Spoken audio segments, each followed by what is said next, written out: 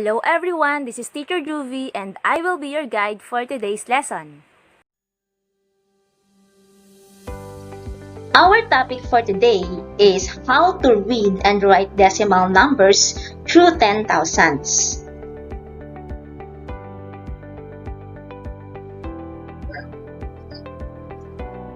Did you know that decimals are just another way of writing fractions whose denominators are powers of 10? Okay, so kaya nga siya tinawag na decimals kasi ang kaniyang denominator kapag in-express natin siya sa fraction ay nasa powers of 10 such as 10, 100, 1,000ths, 10,000ths. That is why the proper way to read them is the same as reading the corresponding fractions represent.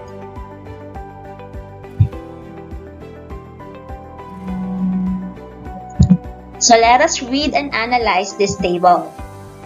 We have decimals and fractions and how we read decimals and fractions. So for example, we have this number and fraction. So we read this number and fractions as 2/10ths, wherein the denominator is 10. Okay, so how about this one?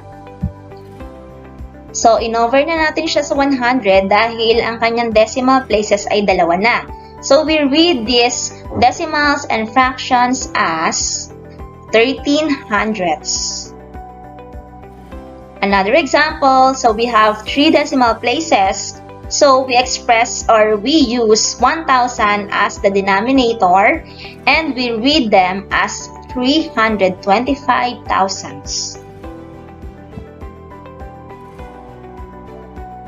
Just remember that 0 and decimal point are not read nor write in words anymore. It means na kapag ang ating decimal number ay wala namang whole number, so hindi natin kailangang banggitin ng 0 at yung decimal point. So we'll just read the decimal places and babanggitin natin yung yung place value ng huling digit. Okay. So, how do we read decimals with whole number?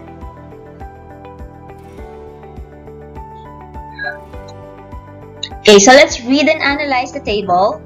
We have decimals and fractions and how we read decimals and fractions with whole numbers. So, for example, we have these numbers, these decimals and fractions. So, we read these decimal and fractions as 3 and 2/10ths, wherein 3 is the whole number and 2 is the decimal number. And kapag in-express naman natin siya sa fraction, magiging mixed number na, diba siya? So, yung 3 yung whole number natin and yung 2/10ths, i-express natin siya as 2/10, where 10 is the denominator. Okay, another example. So, we read this decimal and fraction as 12 and 1300ths. So, 12 is the whole number. Kagaya ng pag in-express natin siya sa fraction, magiging mixed number siya. Then, 13, since dalawa yung decimal places niya, i-over naman natin siya sa 100.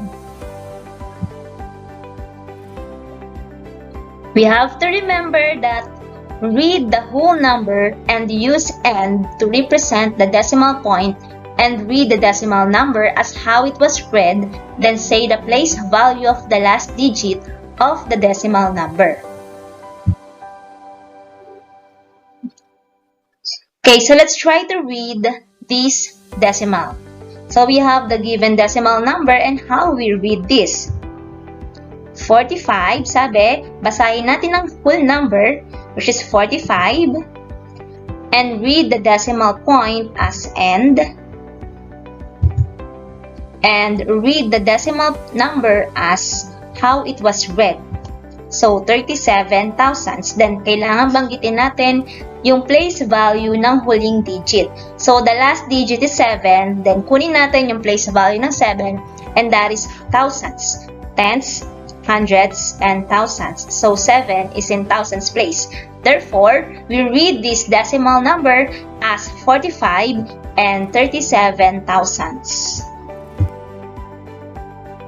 Okay, so let's try again to read this decimal number. So we have a whole number and 4 decimal places. Okay, so una, basahin natin yung whole number as how it was read, so 128. Then read the decimal point as end, and read the decimal number as 1009. Then say the place value of the last digit of the decimal number. So we have 9 as the last digit, and what is the place value of 9? It is 10,000. So we read this decimal number as 128 and 1009 10,000ths.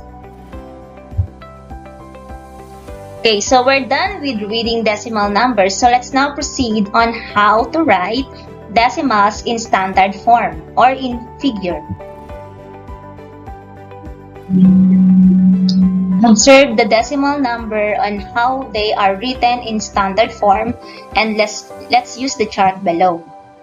So for example, we have 30 and 1 10,000ths. So this decimal number is written in words. So we're going to write this decimal number into standard form. So we're going to use the place value chart. Okay, so isa-isahin nating i-plot yung mga digits dito sa ating place value chart. So 30 is a whole number, kaya siya ay ang digit 3 ay nasa tens place and ang 0 ay nasa ones place. Then yung word na end will represent as the decimal point. So 30 end. Then 1 10,000ths. So dapat yung ating digit 1 ay nasa 10,000ths place. And gagamit tayo ng mga 0 as place value holders for tens, hundreds, and thousands. Okay, so again, 30 and 1 10,000ths. So ito yung way, ito yung tamang pagsulat ng 30 and 1 10,000ths. Okay, so let's try this. Another example of decimal numbers written in words. Then, kailangan natin siyang isulat into standard form. So, we have 67 and 24,000ths. So, isa-isa nating i-plot yung mga digits sa ating place value chart. 67 is whole number. So, yung 6 ay nasa tens place at yung 7 ay nasa ones place. Then, end ay decimal point. Then, 24,000. So, dapat ang 24,000ths o ang huling digit natin na 4 ay nasa thousands place. So, this is how we write 67 and 24,000ths in standard form.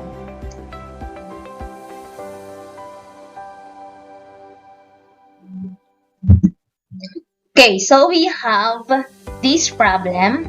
The distance between the playground and your house is 1 and 80,000 kilometers. Write the distance in its decimal form. So again, ang given na decimal number dito is 1 and 80,000. So how we write 1 and 80,000 in decimal form or in standard form? So 1 ay whole number, so siya ay nasa ones place. Then yung decimal point natin is end. Then 80,000. So ibig sabihin, thousands, 3 decimal places siya. So gagamit tayo ng 0 as place value holder for tens. Then 8 is the digit 8 is in hundreds place, and yung 0 is in thousands place. So this is how we write 1 and 80,000 in decimal form or in standard form. So these are the things that we need to remember. So remember that when reading decimal numbers, read the number as it is. And use end to represent the decimal point. And continue reading the number as it is, but end with the last place value.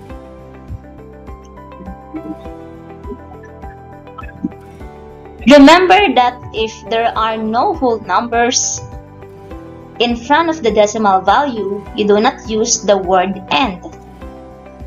Rather, you read the number as it is and end with the last place value of the number.